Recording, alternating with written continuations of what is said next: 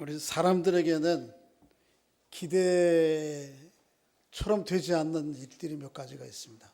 많겠지만요. 그 중에 특히 우리 신앙인의 관점에서 볼 때, 꼭 좀 이렇게 됐으면 하는데 되지 않는 것 몇 가지 있어요. 이게 좀 신앙이 좀 변하지 않고 예수 처음 믿을 때 그 순수한 마음들이 좀 계속되면 좋겠는데, 그런 기대같이 되지 않고 금방 어떻게 돼요?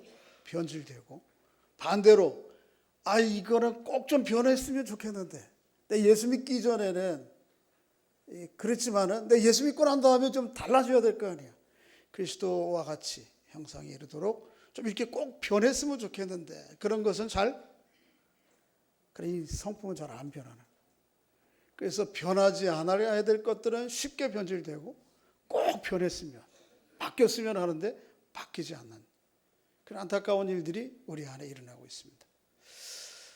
사도 바울이 갈라디아서에 이렇게 편지를 쓰면서 서론 인사말을 마치고 난 다음에 본론을 시작하면서 첫 절 6절에서 놀라우면서 이렇게 얘기를 해요. 그리스도의 은혜로 너희를 부르신 이를 이같이 속히 떠나 다른 복음을 따르는 것을 내가 이상히 여긴다. 어떻게 그렇게 빨리 변질될 수가 있어, 교회가? 어떻게 그렇게 성도가 성도답지 않고 믿는 사람과 믿지 않는 사람 별 차이가 없어질 수 있어? 사도 바울이 얘기한 그거예요. 오늘 본문에 우리가 함께 살펴볼 사대교회가 그런 것입니다. 교회가 그리스도의 은혜로 세워졌잖아요. 그런데 이 교회가 교회답지 못한 거예요. 그 교회를 구성하고 있는 성도들이 성도답지 못해. 사도 바울의 표현에 의하면 살아있다라고 하는 이름은 가졌지만 실제로는 어떤 상태예요? 죽어있다. 너희 교회가 더 이상 아니야. 너희 예수 믿는 사람들이라고 하지만 말은 그렇게 하는데 예수 믿는 사람이 아니라고, 죽어있는 것이라고 그렇게 얘기를 하고 있어요. 사대교회 모습만이 아니고 오늘 우리들의 모습이죠. 오늘 말씀을 통해서 우리 자신들의 모습을 좀 살펴보고, 도대체 무엇이 문제였는가? 어디에서부터 그렇게 됐는가? 또 조금 적극적으로는 변화된다면 어떻게 변화될 수 있는가? 어디에서 그 단초를 좀 찾고 출발을 해야 될까라고 하는 것들을 오늘 말씀 가운데 살펴보기를 원합니다. 이 사대 교회의 역사는, 신앙의 상태는 사대라고 하는 도시의 역사의 흐름과 아주 비슷한 맥락에 이어 선상에 놓여 있습니다. 그래서 사대 교회의 과거의 역사들을 사도 요한이 배경으로 그것을 지금 현재 사대에 있는 교회의 영적인 상태를 진단하고 또 그것에 대한 방법을 제시하는 것입니다. 사대라고 하는 도시가 참 대단한 도시였어요. BC 1200년경에 리디아 왕국의 수도였습니다. 한 나라의 수도였고, 지금같이 이렇게 작은 나라도 있지만 옛날 고대 당시에 리디아는 아주 엄청 큰 나라였는데 그 나라의 수도였으니까 얼마나 대단해요. 그렇죠? 이 사대에는 아주 지정학적으로 굉장히 나라의 수도가 될 만한 좋은 위치에 있습니다. 이 사대라고 하는 도시에는 도시 가운데에 460m 높이의 아크로폴리스가 있습니다. 유럽 여행을 해보시면 대도시의 성곽들이 대부분 높은 언덕 위에 세워져 있는데, 이 사대에도 그런 아크로폴리스가 있었어요. 근데 사대의 아크로폴리스는 아주 특별해요. 삼면이 절벽이에요. 산 위. 그리고 남쪽으로 이 성체를 들어가는 남쪽 방향에서만 들어갈 수 있는 것입니다. 그러니까 이 높은 460m 높이 삼면이 깎아진 절벽 위에, 거기에 성체를 세웠으니까 이 사대는 난공불락이에요. 누가 거기를 함부로 쳐들어오지 못하는 거예요.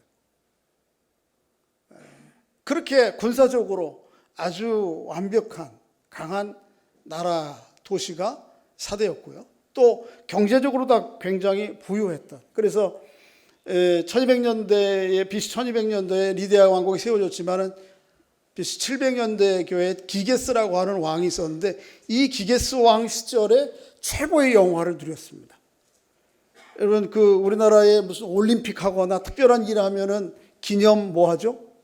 뭐로 만들어요? 금, 은, 이거 몇 번 만들었잖아요. 그렇죠? 그런데 이거를 이미 사대에서 만들었습니다. 고대 근동에 금, 은, 화를 제일 먼저 주조한 도시가 사대예요. 이거를 보면 이 사대가 얼마만큼 경제적으로 부유했던 건가라고 하는 걸 알 수 있겠죠. 그렇죠? 이런 상태의 사대가 결국은 그런데 언젠가는 지금은 사대에 가보면요 흔적이 별로 없어요. 무너집니다. 결정적으로 한번 무너진 침공을 당했던 것이 뭐냐면 페르시아의 성경에 나오는 고레스 왕 시대에 페르시아가 그 리디아를 침공해와요. 전쟁을 하고 하다가 도저히 사대 난공불락 요새가 무너지지 않아요. 그러니까 이제 그 안에서는 니들 암만 쳐봐라. 안 되는 거지. 그래서 이제는 고레스 왕도 포기하고 페르시아 군대가 퇴각할 것으로 생각되는데 그 페르시아에 군인 하나가 아주 용맹스러운 사람이 있었어요. 이 사람이 이 사대의 난공불락의 요새의 남쪽이 아닌 다른 지역을 어떻게 올라갔는지 기어 올라갔습니다. 혼자. 그리고 가서 남쪽에 있는 정문을 열었어요. 이 열린 문을 통해서 페르시아 군대가 들어와가지고 사대는 결국 최초의 멸망의 역사를 갖게 됩니다. 그 이후에도 몇 번 유사한 사건들이 있어요. 뭐예요? 너무 완벽해. 이 절벽 위에 세워진 교회. 그러니까 그쪽은 사람들이 경계병을 세울 필요가 없는 것입니다. 그 남쪽 앞에나 그죠? 뭐 지키고 있으면 되고. 우리는 아무리도 해봐라. 우리는 잠만 잔다. 이런 게 사대였어요. 그런데 결국은 어떻게 해요? 잠자고 경계하지 않다가 그 난공불락의 사대의 이 성체는 무너지고 마는 거예요. 침공당하고 마는 거예요. 그런데 이런 과거의 사대의 역사가 사대 교회의 역사를 그대로 반영하고 보여주고 있어요. 사대 교회는 아주 훌륭한 큰 경제적으로 또 여유 있는 교회였는데요. 이 교회가 자만해요. 사대 사람들이 자만하다가 결국은 자기 성체가 무너지고 침공을 당하는 것처럼 똑같이 교회가 하나님 앞에 깨어있지 못하고 또 경계하지 않다가 결국은 넘어져요. 그리고는 이 교회가 나중에는 어떻게 됩니까? 오늘 본문에서 예수님께서 말씀하시는 것처럼 살았다 하는 이름을 가졌으나 어떤 교회라고요? 죽은 교회다. 여기 성가대에 비추는 빛을 좀 꺼주세요. 어쩔 줄 모르네 피하느라고 밝아가지고 저를 좀 비춰주시고 이 시간에 제가 금방 눈치를 챘어요. 네. 그런 거예요. 성도가 왜 실제적으로는 교회가 교회답지 못하고 성도가 성도 같지 못하는 이유는 뭔가 하면 영적으로 자만함에 잠을 잘 때 그리고 깨어서 경계하지 아니하고 깨어있지 않을 때 결국은 그렇게 되는 것입니다. 이거는 사대라고 하는 도시가 겪었던 일이고 사대 교회가 겪었던 일이고 오늘 여러분과 제가 겪을 수 있는 문제예요. 아무리 대단하고 멋진 교회도 성도라 할지라도 이렇게 살았지만 실제적으로는 죽은 상태와 같은 상황을 맞을 수가 있다는 사실을 기억해야 돼요. 내가 옛날에는 신앙생활 잘했는데 내가 그때는 그랬어. 다 소용없는 것이. 그 얘기는 뭐예요? 지금은 형편없다는 얘기입니다. 옛날에 설교를 준비하면서 제가 생각해봤어요. 우리 은총교회 어땠나. 옛날에 158번지에 있을 때 이렇게 마루바닥이 있었어요. 마루바닥. 혹시 오래 계셨던 분들 기억나세요? 여름에는 괜찮은데 겨울이 되면 거기 모여서 예배 드리려면 의자 놓기 전에 그리고 어떻게 돼요? 밑에서 마루바닥 사이로 틈 사이로 어떻게 찬바람이 그렇게 올라오는지 그래서 이제 방석도 별로 이렇게 좋은 방석이 아닌데 거기에다가 하여튼 몸을 숨기려고 그렇게 지금은 우리 금요기도에 8시부터 10시까지 하는데 그때는 10시부터 모여가지고 언제까지 하는 거예요? 새벽 예배 시작하는 시간까지 그거하고 새벽 예배 마치는 것이 금요 철야기도 마치는 거예요. 그때 다 살기를 여유가 있었어요? 형편이 나왔어요? 다 지금보다 다 형편없고 어려워. 애들 끌어안고 이렇게 막 추스기고 와가지고 그리고 했단 말이에요. 근데 지금 우리가 그렇게 하는가? 어때요? 내가 옛날에는 우리 교회가 옛날에는 그랬었는데 과거의 영화에 젖어서 오늘 내가 깨어있지 못하고 오늘 걸어야 될 걸을 걷지 못하면 우리도 똑같이 뭐예요? 살아있지만 실제적으로는 어떻게 하는 거예요? 죽은 교회. 번듯하게 은천교회 그렇게 보일지 모르지만 실제적으로 하나님의 눈으로 볼 때는 죽은 교회예요. 우리 잘 살펴야 됩니다. 어떻게 좀 회복될 기미를 찾을까요? 어떻게 좀 길을 찾을까요? 오늘 본문 가운데서 그 사실을 알 수가 있습니다. 한번 좀 읽어보겠습니다. 3장 1절을 다시 한번 읽어볼까요? 시작. 사대교회 편지하라. 하나님의 일곱 영과 일곱 별을 가지신 이가 이르시되 내 행위가 하노니 내가 살았다 하는 이름을 가졌으나 실제적으로는 뭐한 거라고요? 죽은 교회다. 어떻게 좀 회복될 수 있을까? 그것은 첫째는 이것입니다. 저를 보세요. 아시아 일곱 교회에 나타나신 주님의 모습이 다 달라요. 각자. 그렇죠? 각자가 아니지. 한 분이지만 각 교회에 나타나는 주님의 모습이 달라. 이 주님의 다른 모습을 통해서 그 교회에 주시는 메시지를 전해주시고자 하는 거예요. 예를 들면 이런 것입니다. 장문의 많은 글보다 딱 한 장면이 사람을 감동시키고 변화를 시키고 그것에 사로잡혀 인생을 살아갈 수가 있습니다. 여러분 인생의 경험 가운데도 그럴 거예요. 주님께서 사대교회에도 주님이 나타나신 그 모습 한 장면을 통해서 이 말씀을 하시는구나 우리에게 보여주는 거예요. 이제 사대교회에 예수님께서 어떤 모습으로 나타나셨는지 다시 한번 읽어보세요. 1장에 초반절에 나와 있어요. 시작. 사대교회 사자에게 편지하라. 하나님의 일곱 영과 일곱 별을 가지신 이가 이르시되. 주님이 어떤 모습으로 나타나셨어요? 일곱 영과 일곱 별을 쥐고 계시다고. 오늘 표현에는 손에 쥐고 계시다는 말은 없으시지만 어쨌든 주님이 나타나신 사대교회 어떤 모습으로 나타나셨어요? 한 손에는 뭘? 일곱 별을. 또 한 손에는 뭐를? 일곱 영을. 자 보세요. 일곱 별이 뭐예요? 일곱 교회 별은 1장 4절에 있는 것처럼 일곱 교회의 일곱 사자들입니다. 그 얘기는 교회의 대표자들인 지도자들이에요. 다른 말로 얘기하면 좀 확대 얘기하면 대표자들로 표현되는 교회 전체를 얘기하는 거예요. 그러니까 주님께서 한 손에는 일곱 별을 쥐고 계세요. 일곱 교회 지도자들을 쥐고 계시고 또 한 손에는 뭘 쥐고 계신다고요? 일곱 영. 일곱 영은 뭐예요? 하나님의 성령을 얘기합니다. 그런데 왜 일곱으로 표시하죠? 그 성령의 역사가 충만하고 완전한 상태를 그렇게 묘사하는 거예요. 요한계시록의 여러 다른 곳에도 일곱 영으로 표현돼요. 주님께서 이 모습으로 나타나요. 한 손에는 뭐예요? 일곱 교회의 지도자들. 한 손에는 뭐예요? 일곱 영. 이 둘 사이가 어떤 관계인가? 이 둘 사이는 주님이 가지고 계신 전부예요. 이 둘 사이는 뗄래야 뗄 수가 없는 불가분의 관계에 있는 거예요. 이렇게 얘기할 수 있어요. 하나님의 교회의 지도자들, 교회가 성령 없이는 교회일 수 없어요. 여러분 잘 기억하셔야 돼요. 목사가 교회의 일곱 교회 지도자들이 성령의 임재와 충만함이 없으면 그 직분은 아무 별 의미가 없는 거예요.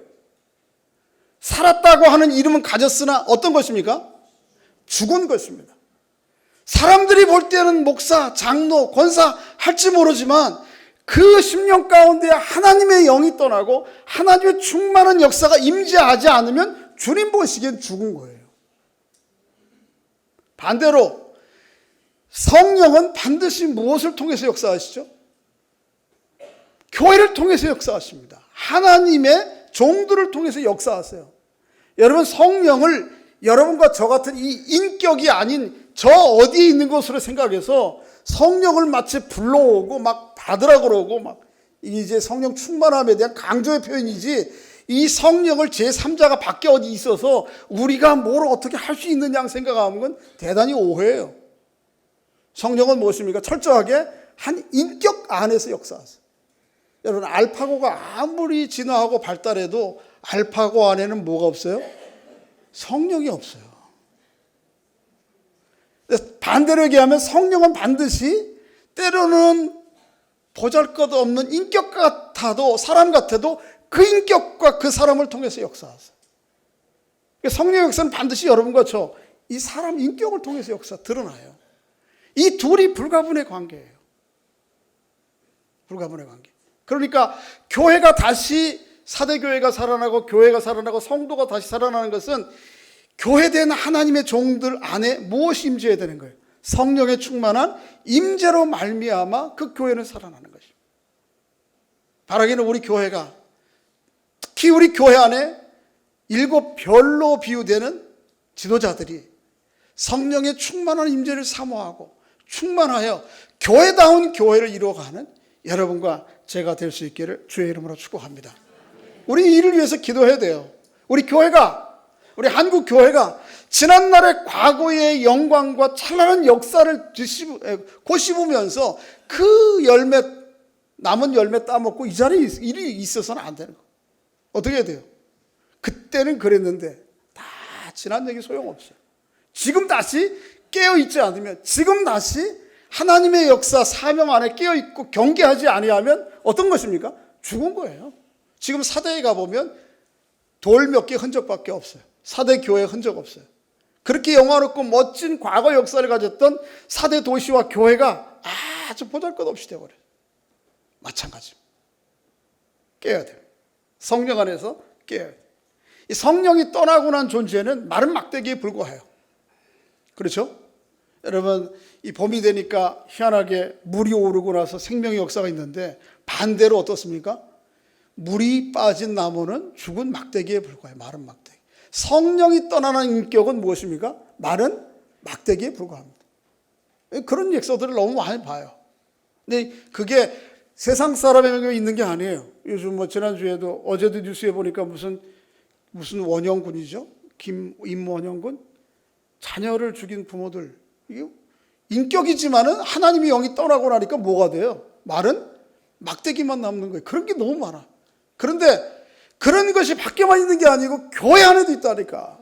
예수 믿는 사람이라도 하나님의 영이 떠나고 나면 마른 막대기에 불과해요. 단적인 예가 우리 구약 성경에 있어요. 한번 좀 보실까요? 에스겔서 37장에. 에스겔 37장을 구약을 찾아보겠습니다. 에스겔서 37장.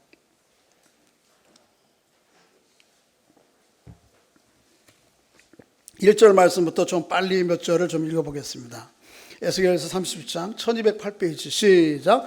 여호와께서 권능으로 내게 임하시고 그의 영으로 나를 데리고 가서 골짜기 가운데 두셨는데 거기 뼈가 가득하더라. 나를 그 뼈 사방으로 지나가게 하시기로 본즉 그 골짜기 지면에 뼈가 심이 많고 아주 말랐더라. 4절 읽겠습니다. 또 내게 이르시되 너는 이 모든 뼈들에 대하여 이르기를 너희 마른 뼈들아 여호와의 말씀을 들을지어다. 저를 보세요. 이것은 에스겔 선지자를 통해서 보여준 이스라엘 백성들의 영적인 상태예요. 에스겔 선지자가 보니까 이 골짜기 안에 뭐가 많아요? 마른 뼈들이 많아. 해골들이 많다는 얘기예요. 사람이 죽으면 그래도 육신이 몸이 있어요. 어제도 또 그 4년 만에 죽은 자녀를 부모들이 찾았는데 4년 동안 벌써만 돼도 벌써 이제 100골이 되죠. 그런데 그 100골이 하나를 찾아도 끔찍한 건데 대면하면 그게 골짜기에 가득하다고 생각해봐. 이거 끔찍한 거예요. 그런데 에스겔 선지자가 바로 그걸 봐요. 이스라엘 백성들의 영적인 상태와 주님 보시기에는 어떤 상태입니까? 에스겔 골짜기에 마른 100골과 같은 상태. 너무 끔찍한 거예요.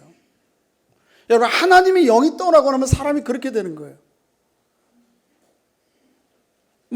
주님을 하나님의 영이 모르고 성령이 뭔지를 모르는 사람들은 고사하고 교회를 이루고 있다는 그 공동체도 역시 사람은 많이 모이고,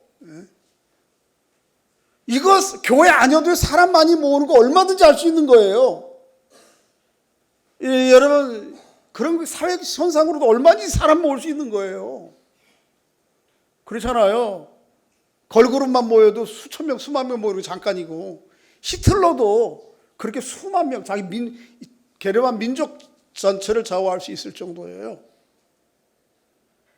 그런데 그렇게 많이 모였는데 하나님의 영이 떠난 100골 상태로 많이 모여있는데 너무 끔찍한 거예요. 차라리 하나면 둘이면 차라리 그래도 견디겠어. 하나님의 영이 떠난 수많은 모임은 하나님을 더욱 고통스럽게 힘들게 하는 거예요. 우리 교회가 그럴 수 있어요. 우리 한국 교회가 그럴 수 있어요. 어떻게 해야 됩니까?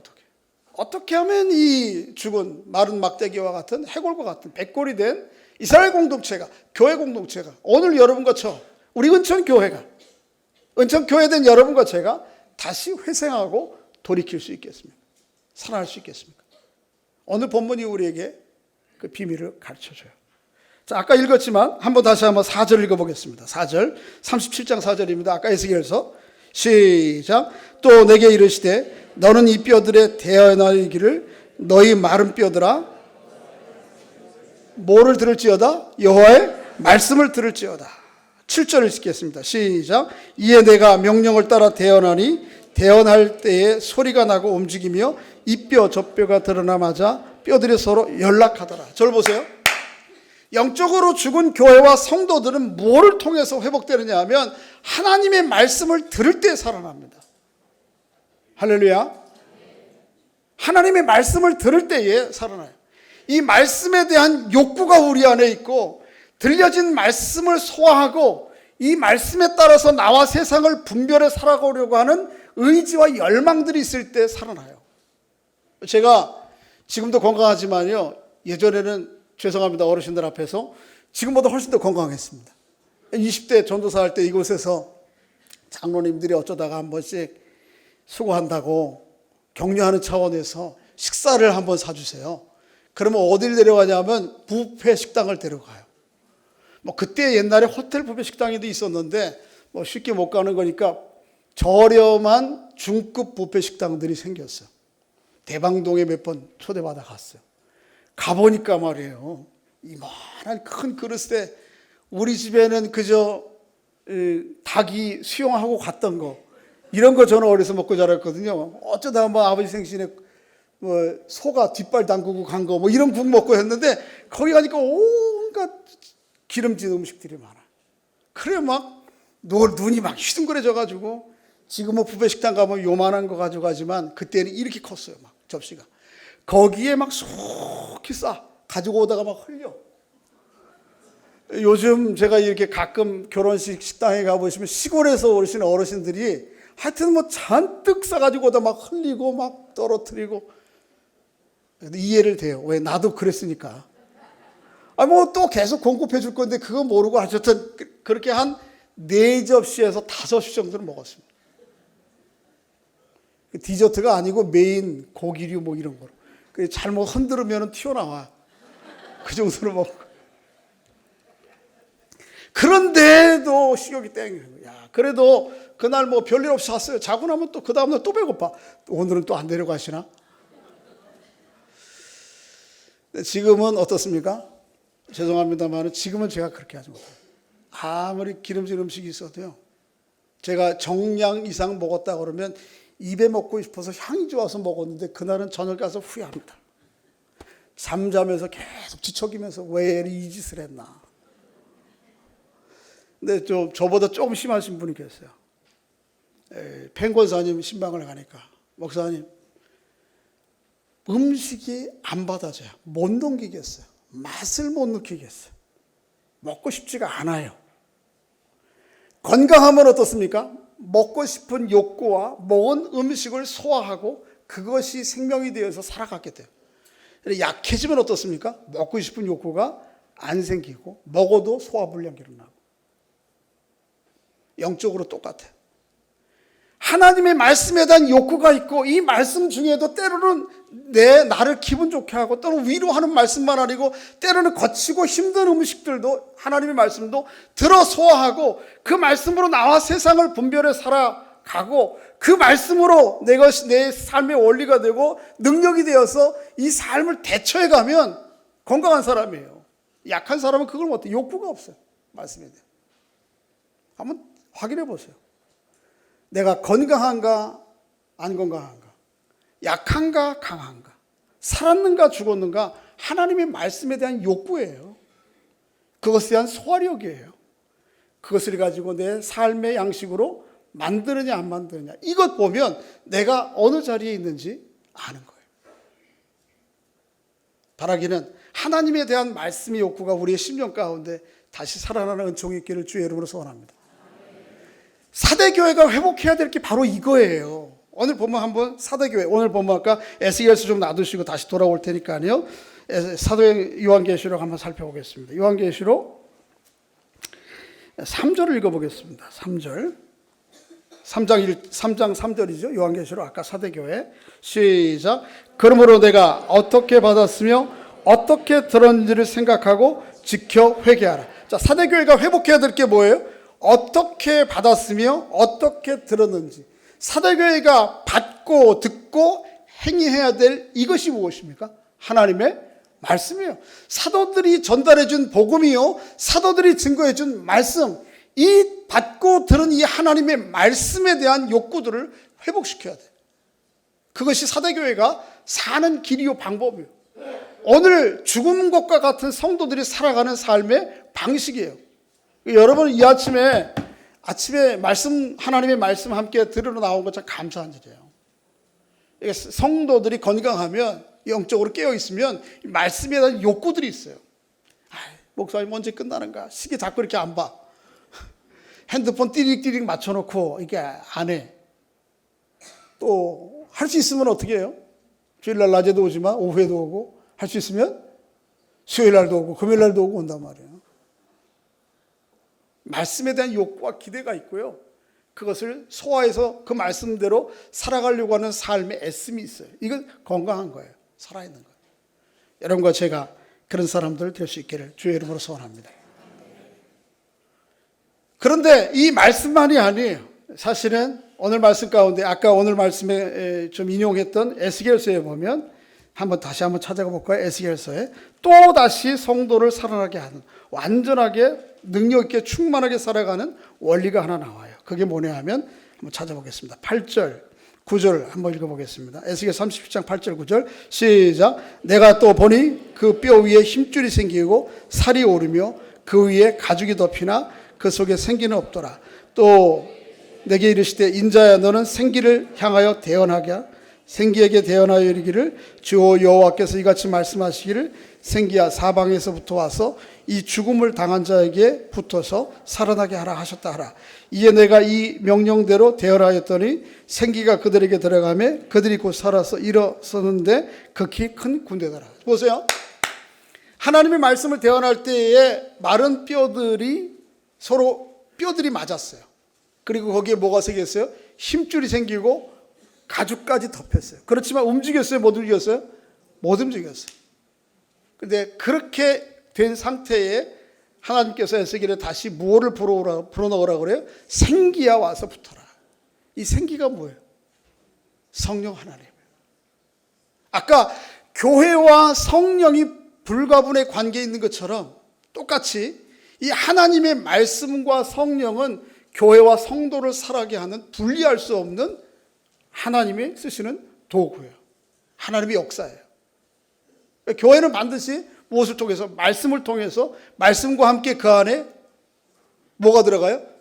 성령이 통해서 들어가요. 그러니까 우리가 하나님의 영으로 우리의 심령이 가득하고 하나님의 영이 우리 안에 올리면 어떤 통로를 통해서 오느냐면 말씀이라는 통로를 통해서 와요. 이런 말씀을 들을 때 여러분 안에 하나님의 영이 들어가는 거예요. 내가 감지하지 못하고 인지하지 못하지만 이 말씀을 들을 때 하나님의 영이 우리 안에 오는 거예요. 이 성령과 하나님의 말씀은 사실은 서로 분리할 수 없는, 개념상으로 우리가 분리하지만 실제적으로는 같이 역사해요. 같이. 성경에 보면 그런 예들이 참 많아요. 예를 들면 성령과 말씀을 동일하게 취급하고 표현하는 표현들이 많은데 요한복음 3장 34절에 보면 그런 말씀이 있어요. 하나님이 보내신 이 곧 예수 그리스도가 하나님의 말씀을 하나니 이는 하나님이 성령을 한량없이 주십니다.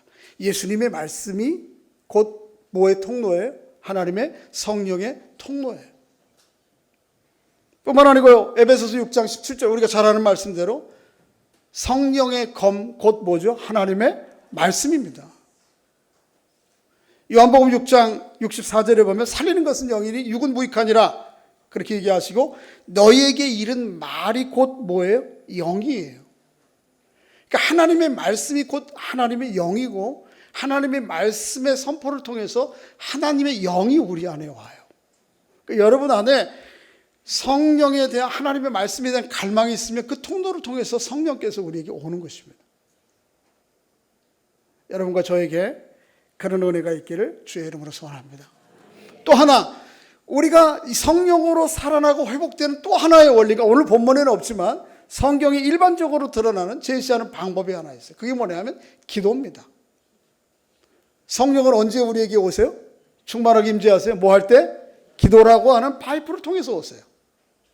물론 이 방식 이외에도 하나님께서 성령이 임재하시는 방식이 다양하고 다양하겠지만 그럼에도 불구하고 분명한 것은 뭐예요? 여러분, 성령 안에 거하시고 성령 충만하게 원하시면 기도의 자리로 나오셔요. 기도할 때 그 기도의 통로를 통해 성령이 우리 안에 오세요. 사도행전 4장 31절에 보면 초대교회가 빌기를 다하며 모인 것이 진동하더니 무리가 다 성령이 충만해졌어요. 기도할 때. 사도행전 8장의 말씀에도 동일해요. 성령 받기를 위해 기도하니 이에 서도가 그들에게 안수하며 성령을 받은지라. 기도할 때 기도라는 통로를 통해서 성령이 우리에게 오는 것입니다. 근데 예를 들면 하나님 말씀에 대한 갈망이 없고 살아가는 기도의 삶이 없고 이걸 꼭 여기 와서 설교를 듣고 기도에 참석하고 이것만을 의미하는 거 아니에요. 그런 공식적인 기도와 말씀의 자리 이외에도 우리의 삶 전체가 늘 하나님의 말씀의 뜻을 따라 살아가려고 하는 갈망과 하나님과 늘 대화하고 하나님과 동행하며 살아가려고 하는 그 대화가 하나의 기도잖아요. 그런 열망이 있는 사람들은 그 안에 하나님의 영이 부어져요. 살아. 이 욕구와 이 기대가 없고 이 소화력이 없으면 살아있지만 어떤 것입니까? 죽은 교회.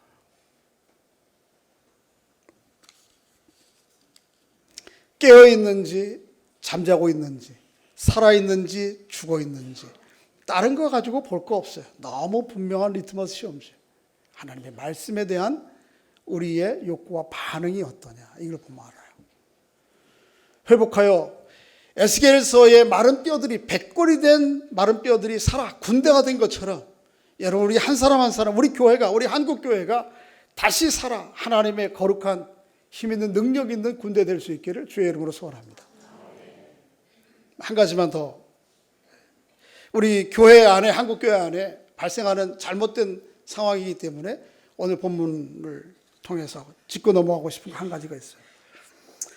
저를 보세요. 성령이 우리에게 임할 때에 우리에게 구체적으로 어떤 일들이 일어나는가 하는 것입니다. 우리는 성령이 우리에게 임하고 성령이 충만하게 임하면 성령의 은사와 능력들이 나타난다고 생각해요. 맞아요? 틀려요? 맞아요. 성령이 우리 임할 때 성령의 은사와 능력도 일어나요. 그런데 성령의 능력과 은사는 어떤 사람에게는 또 은사도 굉장히 다양해요. 능력도 다양해. 어떤 사람에게는 있을 수도 있고 없을 수 있어요. 예를 들면 성령의 은사를 방언이라고 그러면 어떤 사람에게 방언의 은사가 있을 수 있고 성령의 능력 가운데 하나가 병 고치는 거라면 어떤 사람에게 있을 수 있고 어떤 사람에게는 없을 수 있어요. 그런데 그렇게 선택의 문제, 있을 수도 있고 이럴 수도 있고 저럴 수 있는 문제가 아니고 성령이 우리 안에 오면 모든 사람, 성령이 온 모든 사람들에게 동일하게 나타나는 현상 하나 있어요. 첫째는 뭐냐 하면 예수를 주로 고백해. 자기 인생의 주인으로 고백하고 살아요. 그건 아주 출발이고요. 두 번째는 예수 그리스도를 따라 정결한 삶을 도모하고 힘써요. 다른 얘기로 얘기하면 거룩함이에요. 교회에 성령이 임재했다. 그러면 이 교회의 분명한 특징 가운데 하나가 뭐냐면 거룩함이에요. 세상과 구별된 다른 가치관으로 세상을 살아가는 공동체를 이루어요. 우리 한 사람 한 사람이 뭐예요? 거룩한 사람으로 살아. 거룩한 사람.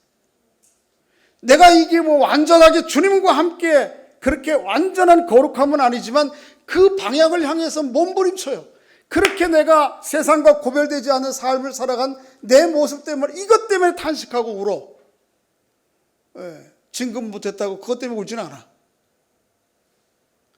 그렇게 분명하게 여러분 성령이 임재할 때 모든 사람들에게 동일하게 나타나는 것은 예수를 주로 고백하고 그 다음에 깨끗한 삶을 추구해 가라. 여러분 예수 믿었는데도 이런 변화가 없어요. 깨끗함이 없어. 그거는 예수 믿는 거예요? 안 믿는 거예요? 그 안에 성령이 있는 거예요? 없는 거예요? 없는 거예요. 어렵게 생각할 거 없어. 예수를 30년 동안 믿었는데 여전히 남욕하고 하여튼 뭐 거짓말하고 이게 안 변했어. 예수가 그 안에 있는 거예요? 없는 거예요? 없는 거예요. 있는 거야. 살았지만 어떻게 하는 거예요? 죽은 거예요. 예수가 있는 사람들은 하나님의 거룩한 성령, 왜냐하면 예수의 영은 성결의 영이기 때문에 우리를 어떻게 해요? 성결케 하세요. 그래서 그 말이 조금씩 변하고 행동이 변하고 선택과 의지가 변하고 삶의 목표와 방향이 변해요. 조금씩이라도. 이 변화가 없다. 그럼 뭐 자기는 예수 믿고 자기는 살았다 교회 얘기할지 모르지만 아니죠. 오늘 본문에 그 내용이 나와요. 한번 좀 다시 한번 확인하고. 자, 3장 4절 한번 읽어보겠습니다. 4절. 요한계시록 3장 4절이죠. 시작. 그러나 사대에 그 옷을 더럽히지 아니한 자 몇 명이 내게 있어 흰 옷을 입고 나와 함께 다니리니 그들은 합당한 자인 연고라. 사대교회가 다 죽은 것 같은데 그들 가운데 아주 소수지만 그들 가운데 뭐가 있어요? 그 옷을 더럽히지 아니한 사람 몇이 있어요. 이 사람들에게 주님께서 무엇을 입혀주실 것이라고요? 흰 옷을 입혀줘. 저를 보세요. 사대교회에 아직도 옷을 더럽히지 아니한, 그 다음에 흰 옷을 입을 사람. 여기서 말하는 흰 옷, 이 옷이 뭐예요? 예수 그리스도의 영인 성령으로 말미암아 변화된 인격과 성품입니다. 정결함이에요. 그러니까 우리가 완전히 하나님 주님과 함께 거룩하지 아니해도 예수 믿고 그 안에 영이 하나님의 영이 있는 사람들에게는 더러운 곳에 안 가. 안 가려고 해. 더러운 가치관이 그 마음과 생각과 삶을 지배하지 못하도록 그게 불편해요. 이게 아주 일반적인 필요 조건이에요.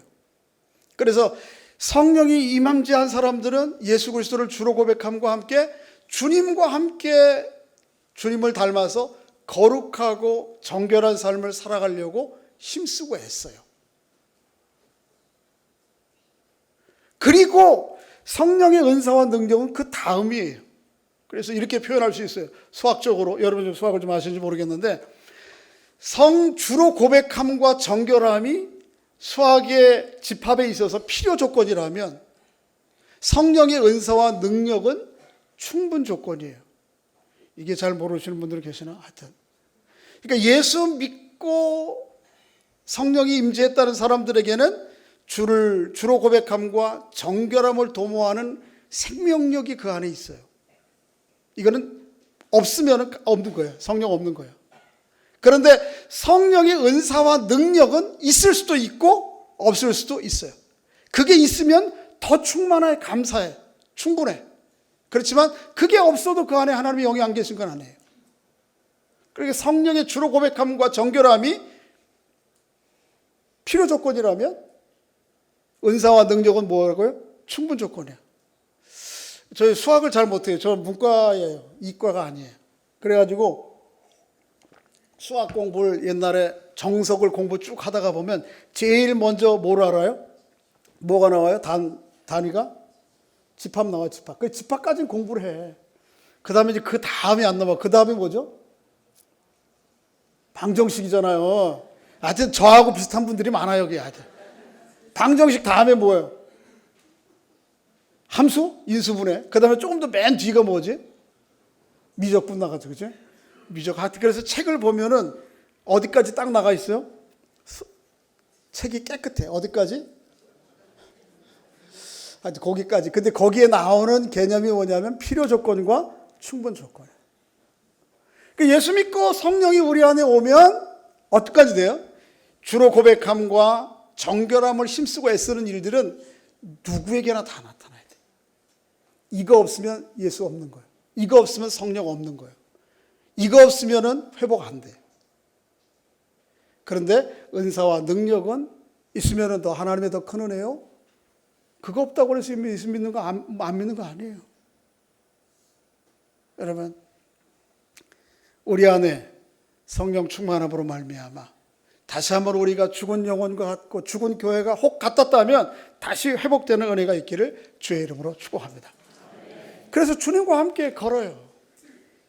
우리 사람이 조금 상위의 권위자라든지 자기와 좀 다른 좀 특별한 삶의 양식으로 사는 사람들이 가까이 가기가 좀 어렵잖아요. 그렇죠? 특히 우리 주님께 그래요. 옛날에는 하여튼 뭐 훌륭한 대단한 부흥사님 앞에 가는 것도 저는 무서웠으니까, 겁이 났으니까. 그런데 우리 주님 어떻게 해요? 성령으로 말미암아 정결하게 된 정결한 옷을 입은 사람들을 향해서 주님 말씀하시기를 그는 나와 함께 거닐기에 합당한 사람이다. 우리 주님과 함께 그렇게 거닐어야 되지 않겠어요? 내 친구 되신 주님, 내 아버지 되신 주님, 내 인도자 되신 주님, 그분과 함께 어깨를 나란히 하고 걸어갈 수 있어야 돼요. 이게 뭐예요? 성령의 임재로 말미암아 정결하게. 그렇게 이 완전하게 아직 되지 못해서 아직 연약한 거 그거 주님 충분히 이해하세요. 괜찮다고 그래요. 같이 걷자고. 이제 말씀을 맺겠습니다. 사대교회는 교회로서 과거의 역사와 또 명성은 대단했어요. 이름이. 그렇지만 실제적으로는 어떻습니까? 죽은 교회에서. 우리 은천교회가, 한국교회가 지난날의 과거의 영화 대단할지 몰라요. 세계교회, 한국교회가 내놓을 만한 세계교회에 10만이, 몇십만이 넘는 교회는 대부분이 10개 교회인데 절반 이상이 한국교회. 그렇지만 어쩌면 실제적으로는 죽어있는 교회일 수도 있어요. 하나님의 영이 떠나고 말씀에 대한 욕구와 말씀에 대한 사모함이, 기도가 식어진 교회는 더 이상 살아있는 교회라고 볼 수가 없죠.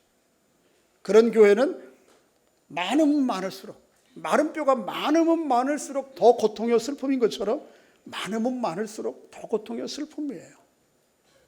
살아있는 교회 되는 우리 교회 될 수 있기를 주의 이름으로 소원합니다. 살아있는 심령들 될 수 있기를 바랍니다.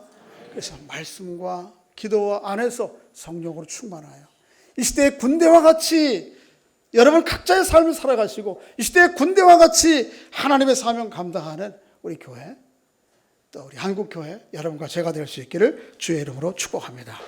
기도하겠습니다. 아버지 하나님, 사대교회가 명성이 대단했지만 그렇지만 실제적으로는 죽은 교회였습니다.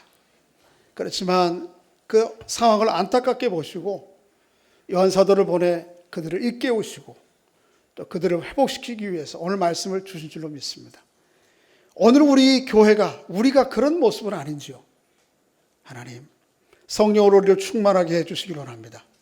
또 성령 충만하기 위하여 우리가 말씀 앞에 온전히 반응하고 기도로 하나님 앞에 머물러 있도록 은총을 베풀어 주옵소서.